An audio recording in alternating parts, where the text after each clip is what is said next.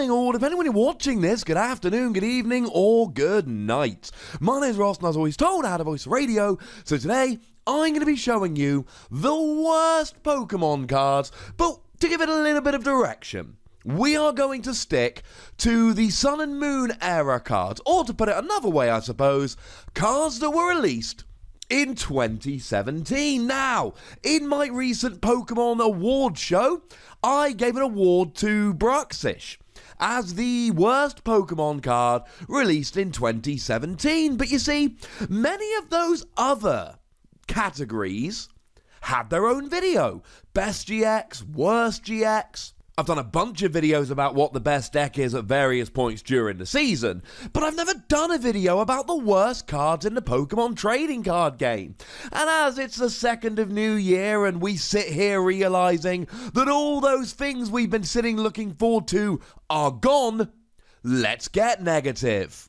Now I'm going to split this video up into two halves. The first half, we're going to look at a few cards that were suggested to me in the comment section of my awards video, and then we're going to look at cards which I think are terrible. So starting off with the suggestions, how about the Sharpedo from Guardians Rising? Now, we don't get many water-type Sharpedos, and we finally got one.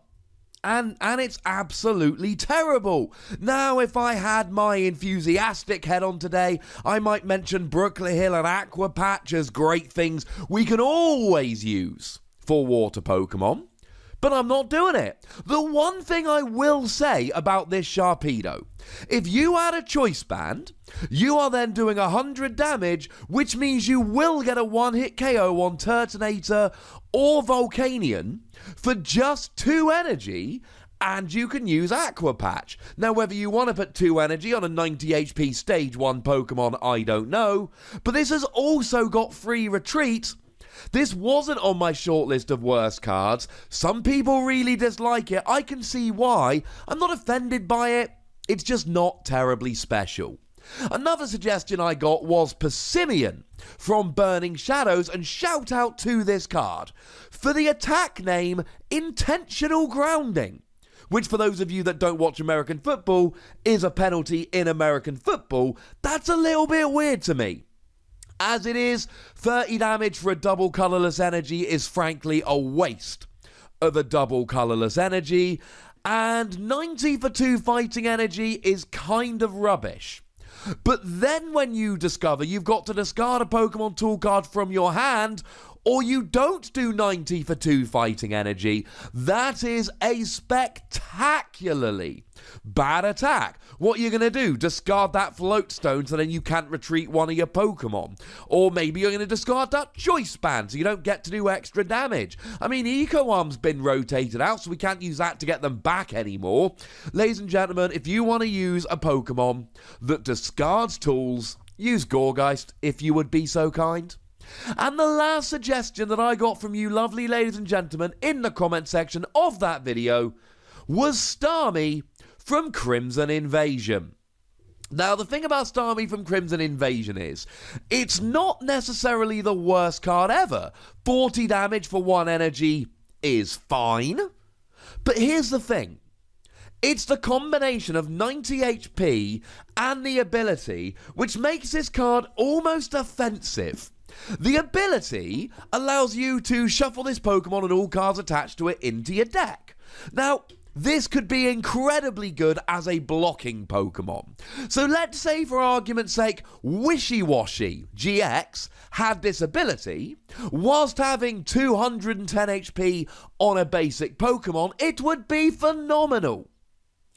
Let's say it had a really good attack, and then if it survived, you could pop it back into your deck. That would be fun. But it has neither. The attack is underwhelming. The HP is so low that if it hadn't been rotated, you'd literally still be able to use Level Ball. So it's got this ability that on so many Pokemon would be a wonderful ability. And it's on a Pokemon that just cannot take advantage of it. That's what's annoying about Starmie. It's taken an ability that could have been on a good Pokemon and put it on a bad Pokemon. Those were the suggestions I got, ladies and gentlemen. Now let's have a gander at my personal 5 worst cards from Pokemon Sun and Moon. Although do remember that this is all just in jest, and there are sometimes uses for these cards. The thing is, I've deliberately chosen these cards because they're all rare cards or holo cards. What that means is that you could open up a pack of cards, maybe you spent, I don't know, £3.59 in the UK, or, I mean, I've seen packs on sale for €6 in the Netherlands. And this is your rare card. These are not in order, but we're going to start with Stoutland from Sun and Moon. The thing about Stoutland is, I give it props. It can use double colourless energy. But it's got a horrific weakness to Buzzwole, and it's a stage 2. Stage 2 of a bad weakness needs to have some really good attacks, and it doesn't.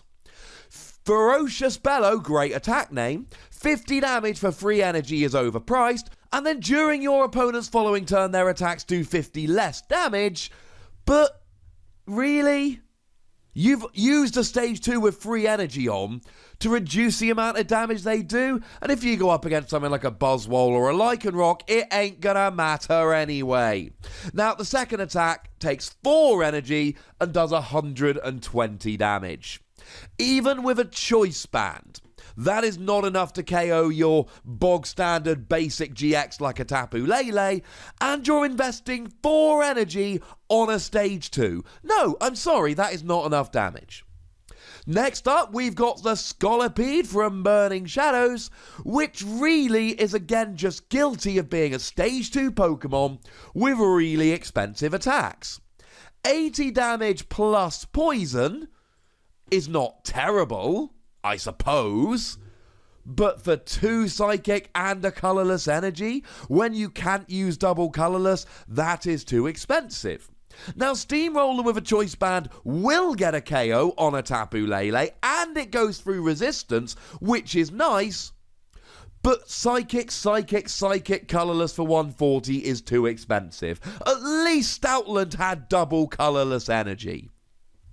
Similarly, I am not a huge fan of the Crabominable from the Sun and Moon expansion. Now, I love Crabominable as a Pokemon. I think the name is one of the best Pokemon names we've got.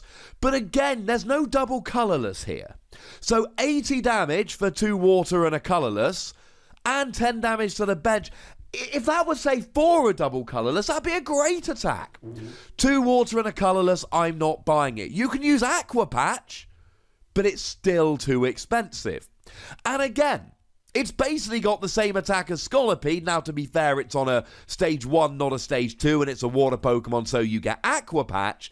But water, colourless, plus a choice band, just to KO a Tapu Lele, it's too much. It's too expensive. And that's what you find about a lot of these worst Pokemon. There's nothing offensive about them, although Starmie's ability kind of annoys me. It's just that you're talking evolved Pokemon with really expensive attacks that don't do enough damage. Speaking of which, the Primarina from Sun and Moon. Now, this Primarina, it's a stage 2. Now, it does evolve from Poplio, and given that I did not evolve my Poplio in Pokemon Moon, and I'm now playing through Ultra Moon and I still haven't evolved my Poplio, I get annoyed that Primarina is an evolved Poplio, because I love Poplio, and he doesn't need to evolve. You can't make him. I mean, you actually can, but shh. 30 damage plus confusion for a water and a colourless, it's too much. Espeon GX is a stage 1 Pokemon that can use the Energy Evolution Eevee to cheat the evolution and does this same attack for a single energy. So why do we want to add 2 energy onto a stage 2? And okay, you get to heal 30 damage, but water, colourless for 100 damage. 100 damage for free energy on a stage 2. That is too much, especially when you can't use double colourless. And the last Pokemon, I'm going to be honest, it's kind of a cheat because I already gave it the award for the worst card of 2017. It's Bruxish from Burning Shadows. But you knew that, because I put it in the video. Now, some people have pointed out, and I will contend this is true, This comes in a theme deck. And in a theme deck format, this is actually really good. Confusion in a format with few switching options. Synchronized 60 damage plus 20 to each of your opponent's Pokemon that share a typing with their active. Is good in a theme deck where a lot of their Pokemon will. I just get really annoyed at the fact that it's 60 damage for free energy, which is low, and then it does do 20 to the bench, but only if they're of the same typing. Some people have said this Bruxish is not bad enough to be the worst card of 2017.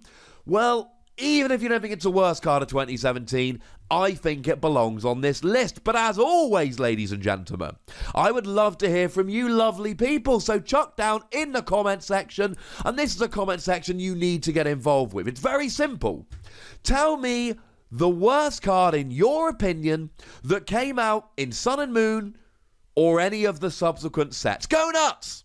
Be nice. Make sure you like this video, subscribe to this channel, follow me on Twitter at TheWassy, and Twitch for some live action at twitch.tv/PTCGRadio. If you want to support the channel, get some bonus pods and so on, you can do so by going to patreon.com/PTCGRadio. But by far, the most important thing as always is to look after yourselves until next time. Thank you very much for watching. My name is Ross, and you've been watching PTCG Radio.